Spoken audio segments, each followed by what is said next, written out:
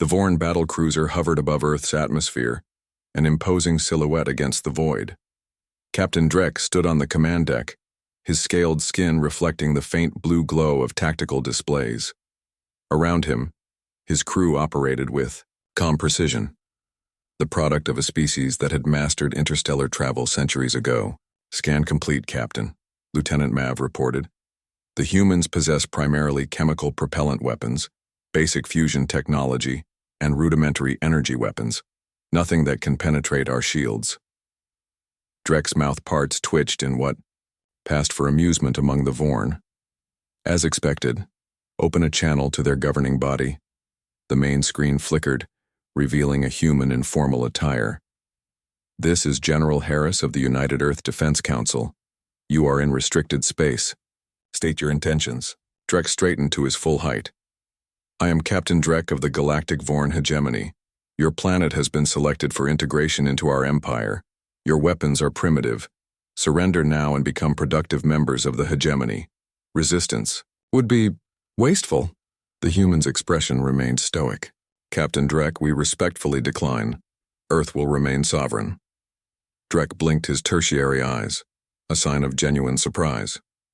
"You misunderstand, General. This isn't a negotiation. Our scans show your most advanced weapons rely on chemical, explosives, and rudimentary nuclear fission. We have traveled between stars while your kind was discovering electricity." General Harris leaned forward. "We are aware of the technological gap, Captain. Nevertheless, our answer stands." "Very well." Drek signaled and the communication ended. "They're either brave or delusional. Deploy observation drones to major military installations. I want to understand what gives these primitives such confidence." Hours later, Drek reviewed the drone footage with his science officer Trell. The images showed human military bases with aircraft, tanks, and missile silos, all unremarkable technology by Vorn standards. "Their ground-to-space capabilities are minimal," Trell noted. "Their most powerful nuclear weapons would barely stress our outer shields." "And yet they refused integration without hesitation," Drek mused. "Most species at this development stage accept our terms immediately." "Perhaps it's cultural," suggested Commander Zell, his tactical officer. "Our intelligence suggests humans value independence highly, often irrationally so." Drek clicked his mandibles thoughtfully. "Perhaps. Or perhaps they're hiding something. Humans are unusual. They advance from primitive technology to space travel in mere centuries, while most species take millennia. That accelerated development is precisely why the Council marked them for integration," Trell reminded him.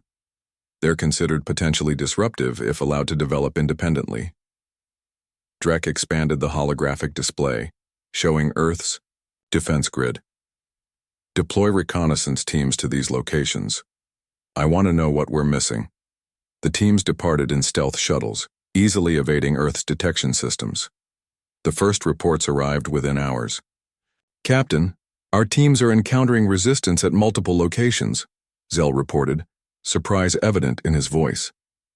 "The humans are using their primitive weapons with unexpected effectiveness." Drek frowned. "How can chemical propellant weapons harm our soldiers?" "It's not the technology, sir, it's their tactics. They're adapting to our armor vulnerabilities with remarkable speed. And there's something else. Strange energy readings from several underground facilities." "What kind of energy?" Drek demanded. "Unknown. Nothing matching our database," Trell admitted. "But whatever it is, it's significant." Drek gazed at the blue-green planet below. For the first time since arriving, he felt a twinge of unease. The humans had refused surrender despite knowing the technological disparity. And now his elite reconnaissance teams were reporting difficulties. "Recall the teams," he ordered. "We're missing something important." The Vorn fleet expanded to 5 battlecruisers within Earth's orbit. Captain Drek studied the holographic display of the planet with growing concern. 3 days had passed since their arrival, and what should have been a routine integration was becoming increasingly complicated. "Report from intelligence, Captain," Zell announced. "We've intercepted communications suggesting the humans are activating something called Protocol Prometheus." "Analysis?" Drek asked. Trell consulted her datapad. "In human mythology, Prometheus stole fire from the gods and gave it to humans. It symbolizes technology transfer or forbidden knowledge. The timing suggests it's their response to our presence, Zell added. Drek's unease deepened. Show me the human military movements. The hologram shifted, revealing troop deployments around the globe. Nothing seemed particularly threatening, conventional forces moving into defensive positions. But something about the pattern nagged at him. There, he pointed at seemingly random locations. Why are they reinforcing these areas? They have no strategic value. Zell zoomed in on one location, an unremarkable mountain range. Scans show unusual material composition in these mountains, some kind of shielding preventing deeper analysis. Sir, a communications officer interrupted.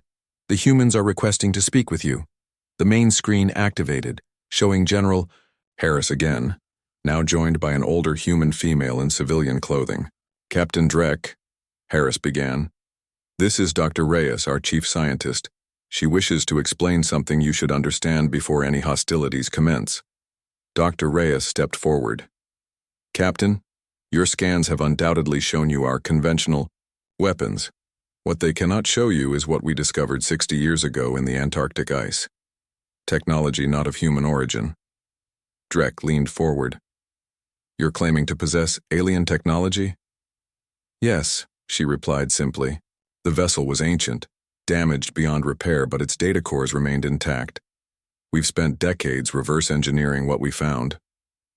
Trell whispered urgently. Captain, this could explain the anomalous energy readings. Drek kept his expression neutral. If this is true, why reveal it now? Because we wish to avoid unnecessary bloodshed, Dr. Reyes answered. The technology we discovered is defensive in nature. We hoped your scans would detect it and deter you, but your sensors apparently cannot identify it.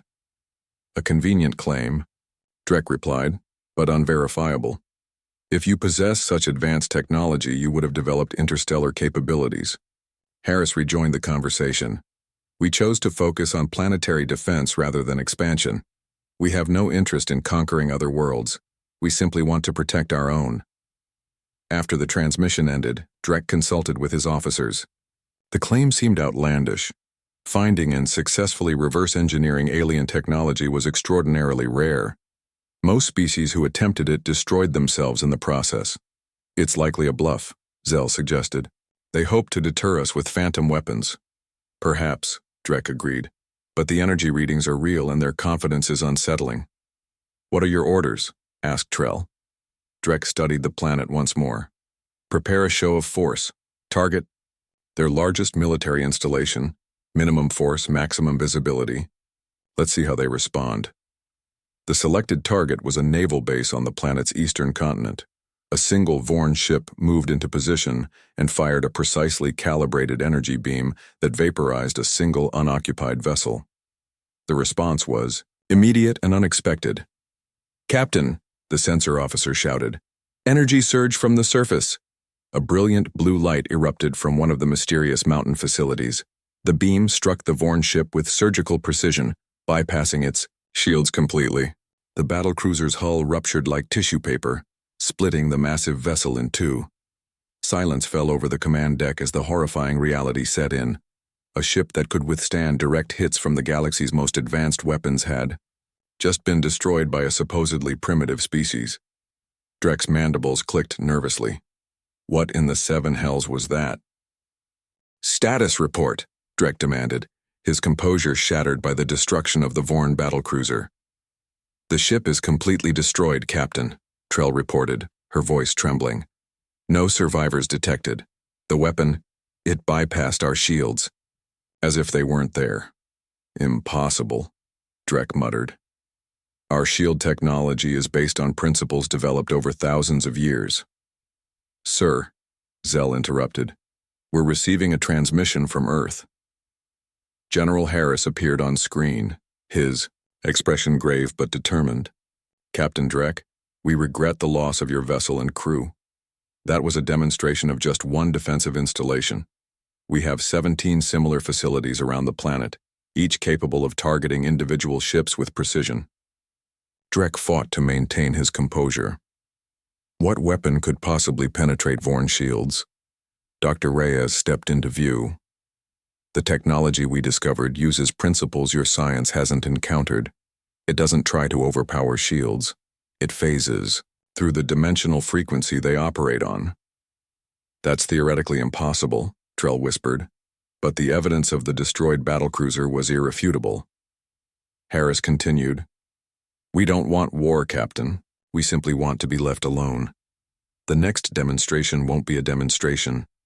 After the transmission ended, Dreck's command staff erupted into heated debate. "We should withdraw and report to the High Command," suggested Trell. "This technology could change the balance of power throughout the galaxy. Retreat is unacceptable," countered Zell. "The Vorn have never abandoned an integration. Our reputation would suffer irreparable damage." Dreck silenced them with a gesture. "Neither option is viable. We need more information." He turned to his science officer. "Trell, analyze every millisecond of sensor data from the attack. I want to understand exactly what hit us." Hours later, Trell presented her findings. The weapon generates a field that temporarily shifts matter into a parallel dimensional state. Our shields are designed to repel energy and matter in normal space. They're completely ineffective against this approach. "Could we adapt our shields?" Dreck asked. "Not without fundamentally redesigning them," Trell admitted. "This represents a paradigm shift in weapons technology." Dreck considered his options. Direct confrontation seemed suicidal, but retreat was unthinkable. What about their power requirements? Surely such technology must drain enormous energy. Trell nodded eagerly. "Yes, the energy surge before firing was massive. I estimate they couldn't fire all 17 weapons simultaneously without causing planetary power disruptions. So they have limitations," Dreck mused. "What if we attacked all their major cities simultaneously? They'd have to choose which targets to defend." "Sir," interjected a junior officer hesitantly, "I've been analyzing their communications. These weapons appear to be automated. They don't require human operators to target each ship individually." Dreck's hope deflated. The situation was becoming increasingly untenable. "Continue surveillance. I need options." Meanwhile, on Earth, military leaders gathered in the secure bunker beneath the Rocky Mountains. General Harris studied the holographic display showing the remaining Vorn ships. "They're maintaining position," noted Colonel Reed, his second-in-command. "No signs of withdrawal or attack preparation." Dr. Reyes looked troubled. "They're analyzing what happened, trying to find weaknesses in our defense system." "Will they find any?" Harris asked. "The phase cannons work exactly as designed," she replied. "But they don't know about our other systems yet." Harris nodded grimly. "Let's hope they make the wise choice and leave. I'd prefer not to reveal our full capabilities." Back on the Vorn command ship, Dreck reached a decision. Prepare a tactical probe. Minimal mass, maximum speed. Target their primary weapon installation. The probe launched, accelerating to near relativistic speed. Earth's defenders had mere seconds to respond. Blue light flashed again from the mountain facility, intercepting the probe effortlessly. "As I suspected," Dreck said.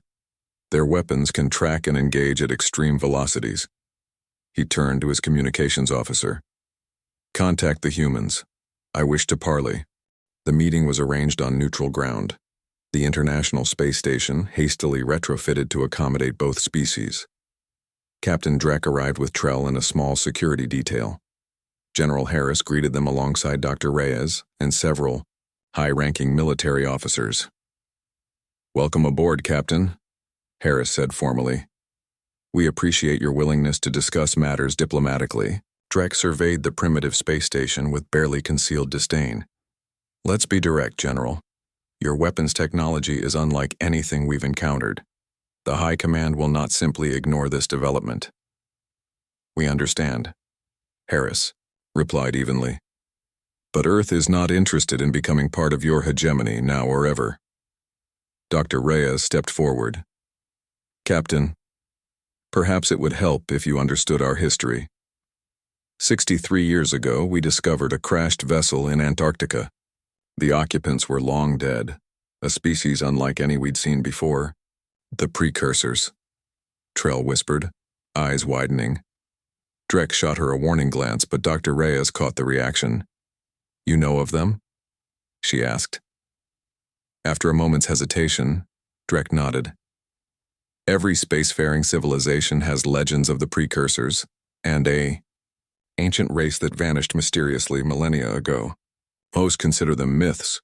Few artifacts have ever been confirmed. Well, we found one, Harris stated flatly. And it changed everything we thought we knew about physics, energy, and dimensional mechanics. The ship contained data cores with partial scientific knowledge, Dr. Reyes continued. Not weapons designed specifically. The precursors apparently weren't a warlike species, but the principles. Once we understood them, applications became obvious. Drek processed this information carefully. If humans had indeed stumbled upon precursor technology and successfully adapted it, the implications were staggering. Why focus exclusively on defensive applications, he asked. With such technology, you could have built an empire of your own. Colonel Reed, who had remained silent until now, answered. Because that's not who we are. Throughout our history, the greatest atrocities have come from the pursuit of empire. We learned those lessons the hard way. Harris nodded. We have no desire to conquer, but we will defend ourselves with everything we have. And what exactly do you have? Drek asked pointedly. Dr. Reyes smiled thinly. The phase cannons you've witnessed are just one application. We've developed shield technology operating on similar principles, energy generation systems, and several other defensive measures I'm not at liberty to discuss. Drek leaned forward. If you truly possess such advanced technology, why maintain the facade of primitive weapons?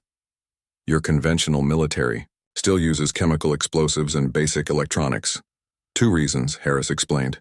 First, practicality. We've only had decades to work with these principles. Widespread implementation takes time. Second, strategy.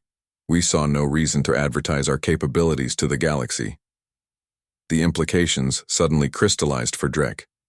The humans hadn't just discovered advanced technology, they had deliberately concealed their progress, presenting a false image of vulnerability to potential threats. A masquerade, he murmured. You wanted to appear weaker than you are. We call it strategic ambiguity, Harris replied. It served us well until now. Trell spoke up. If I may, what happened to the precursor vessel itself? Destroyed, Doctor. Reyes answered. An unfortunate accident during early research. We had extracted the data cores, but much was lost. Drek wasn't entirely convinced. The humans could be bluffing about the extent of their capabilities, exaggerating one successful weapon into an entire defensive network, but he couldn't risk testing that theory at the cost of more Vorn lives. I must consult with High Command, he finally said. This situation is unprecedented. As they prepared to depart, Harris delivered a final message. Captain, please convey to your leaders that Earth wishes peaceful relations with all species. We have no expansionist ambitions, but we will defend our sovereignty without hesitation. Returning to his ship, Drek faced the most difficult decision of his career. The Vorn High Command's response was swift and uncompromising. Integration will proceed as planned, declared Supreme Commander Vex, his holographic image dominating the command center. The loss of one vessel is regrettable, but acceptable. With respect, Supreme Commander, Drek argued, you're underestimating the human capabilities. Their technology is irrelevant. Vex interrupted. Our analysis suggests they have limited defensive installations. A coordinated, overwhelming attack will saturate their response capacity. The hegemony has never failed to integrate a target world, and we will not fail now. After the transmission ended, Drek turned to his officers. We have our orders. Captain, Trell ventured hesitantly. If the humans truly possess precursor technology, this attack could be catastrophic. I know, Drek replied grimly. Prepare. A full tactical analysis of potential human responses. I want contingency plans for every scenario. On Earth, preparations for the coming battle intensified. In the control center beneath Mount Cheyenne, General Harris addressed his global command staff. The diplomatic channel has failed, he announced. Intelligence suggests the Vorn will launch a massive coordinated attack within 48 hours, all defensive. Systems are now at maximum readiness. What about the Artemis Protocol? Asked a Russian general. Harris exchanged glances with Dr. Reyes. It remains our last resort.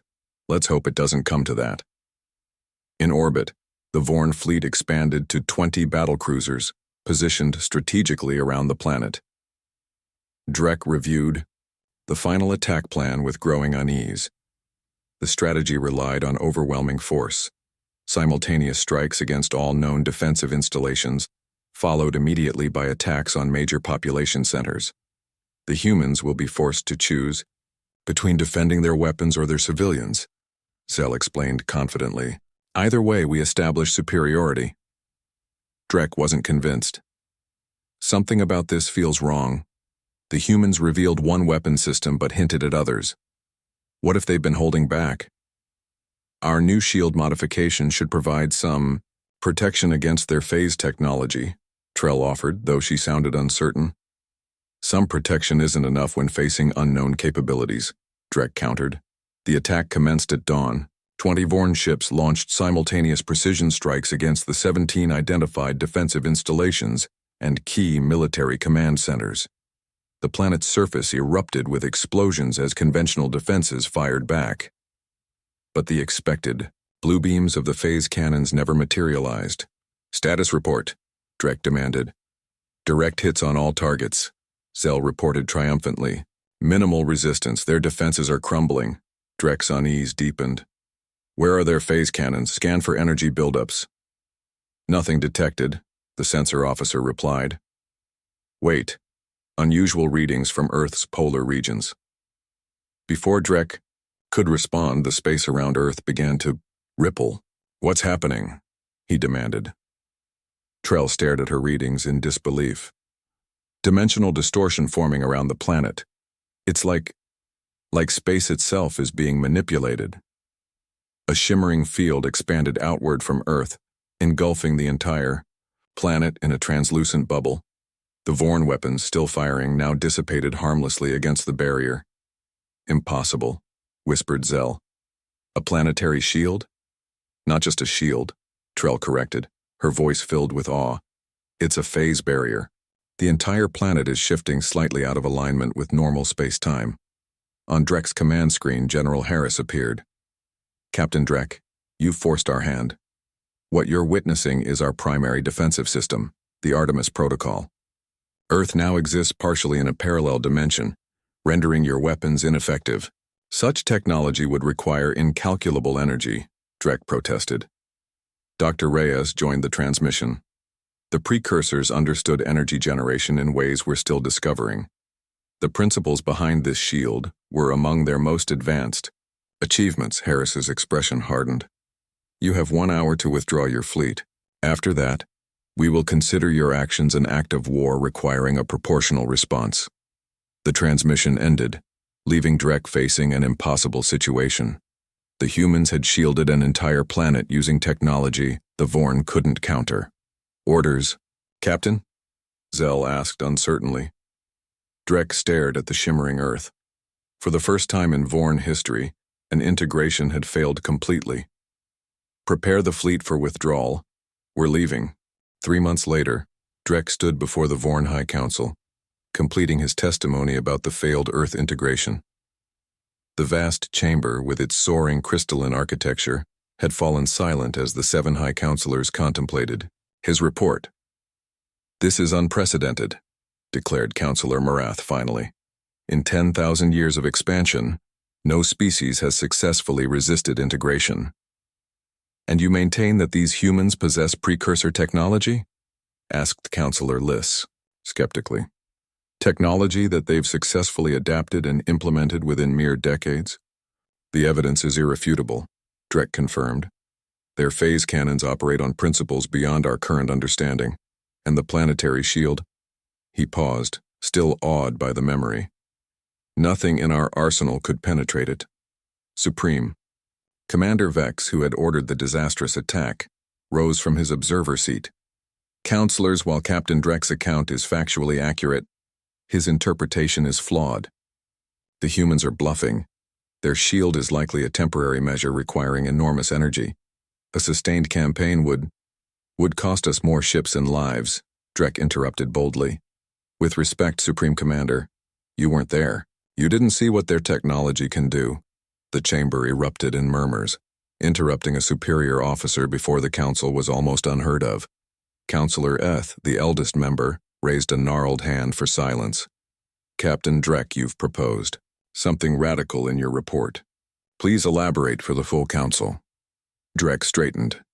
This was the moment he had prepared for.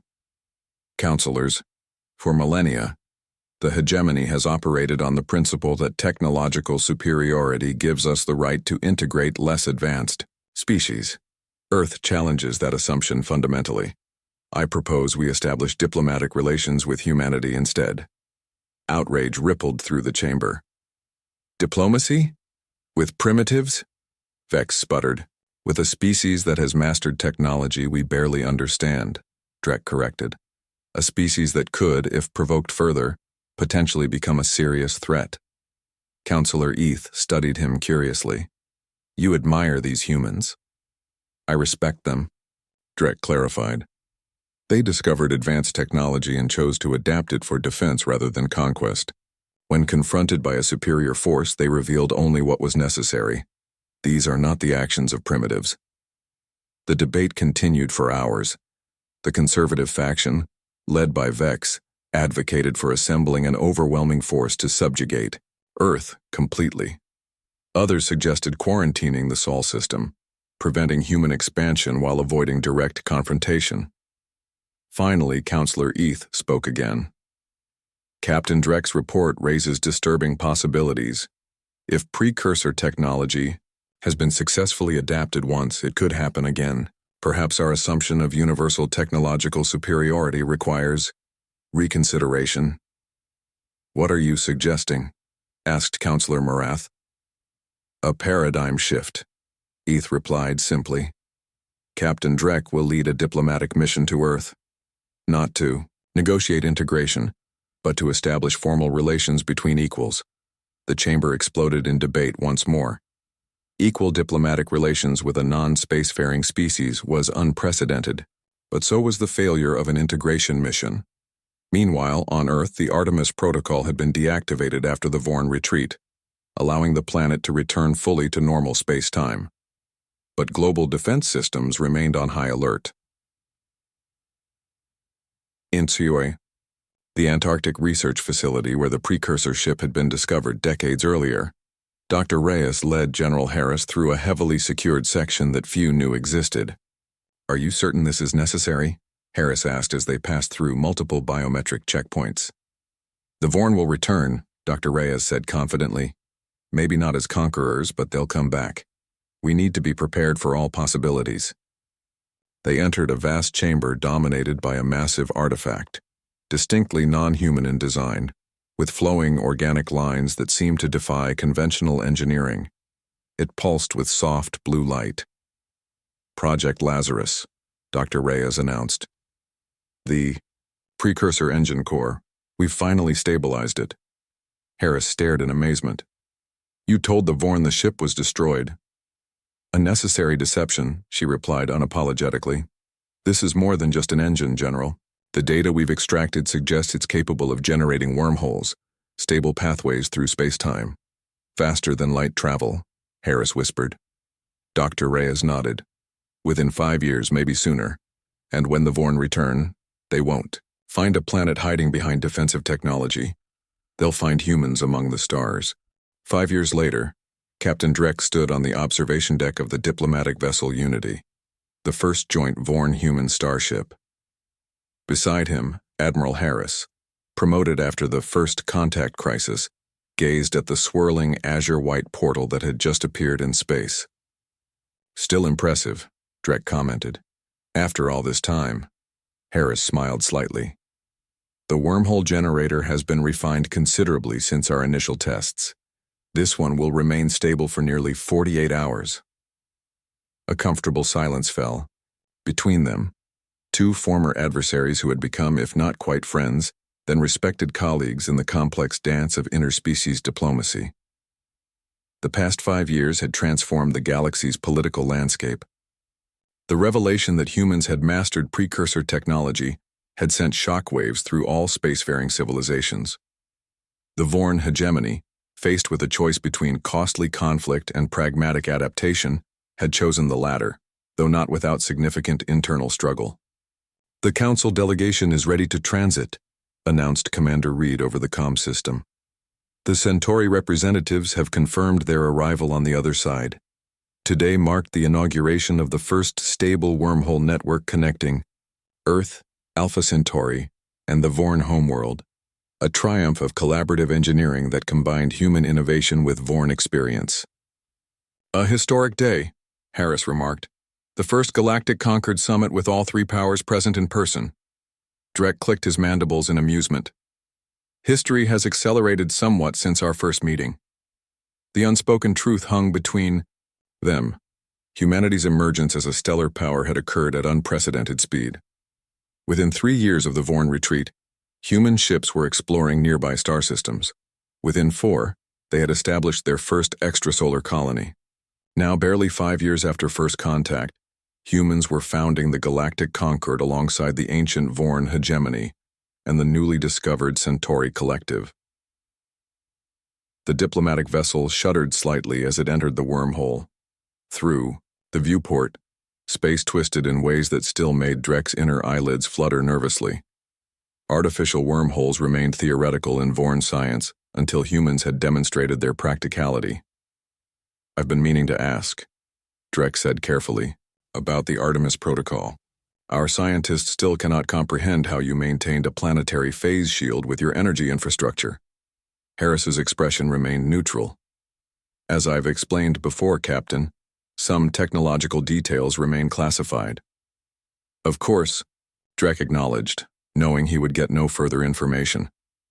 The humans guarded their precursor-derived technology jealously, revealing only what served their diplomatic and strategic goals.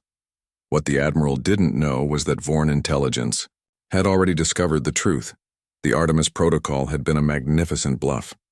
The planetary shield had been an impressive but localized effect, projected to create the illusion of a world-encompassing barrier. Had the Vorn pressed their attack, they would have discovered the deception. But at what cost? The ship emerged. From the wormhole into the Vorn home system, the massive space station Harmony hung in orbit around the Vorn homeworld, its architecture blending the crystalline aesthetics of Vorn design with the practical efficiency of human engineering. "Your first visit to Vorn Prime," Drek noted. "What do you think?" Harris studied the rust-colored planet with its swirling cloud patterns. Beautiful in its own way. Different from Earth, but beautiful nonetheless. As they prepared to disembark, Drek reflected on the irony of their situation. The Vorn had invaded Earth believing themselves technologically superior, only to discover that humans possessed knowledge beyond their understanding. Yet the truth was more complex. Humans had indeed made remarkable advances with precursor technology, but they had also shown a genius for strategic deception and psychological warfare. The Vorn had laughed at human weapons, dismissing chemical explosives and nuclear warheads as primitive. What they failed to understand was that humanity's greatest weapon had never been technological. It was their adaptability, creativity, and unwavering determination to remain free. As representatives from 3 civilizations gathered in the Harmony Station's Grand Conclave chamber, Drek watched the human delegation with newfound respect. They had bluffed an empire into retreat, transformed a defensive advantage into diplomatic leverage, and secured their place among the stars, all in less than a decade. The humans had never been primitive. They had simply been waiting for their moment. Admiral Harris caught Drek's eye across the chamber and nodded slightly. Between them passed the unspoken understanding of 2 warriors who had glimpsed the face of conflict and chosen a different path. The Galactic Concord was declared in session, and a new chapter in interstellar history began, one where weapons, in the end, had proven less important than wisdom.